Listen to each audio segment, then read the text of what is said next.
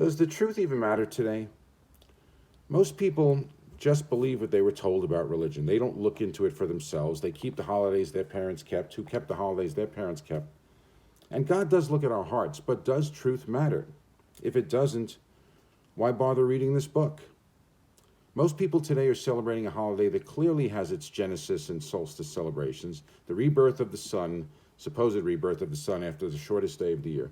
You don't need me to tell you that. Go look up for yourself Christmas in Puritan New England in Wikipedia, see what they say.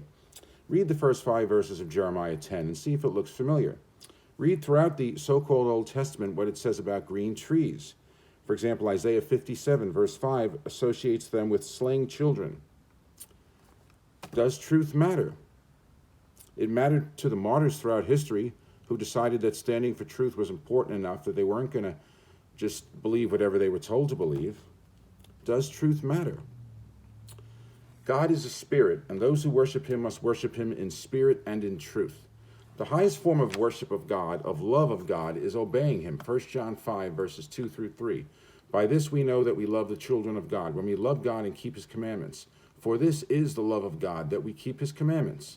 And his commandments are not grievous or burdensome. If you really love God, you will obey what he said.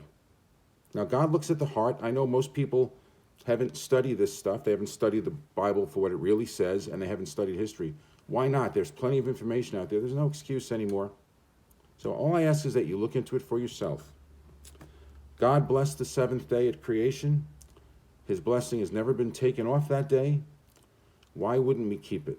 It's not a burden. It's not a burden to rest and to be refreshed physically, spiritually, and mentally. Or we could just follow the crowd. What do you think, friend? For those of you keeping God's holy Sabbath, have a blessed, joyous Sabbath.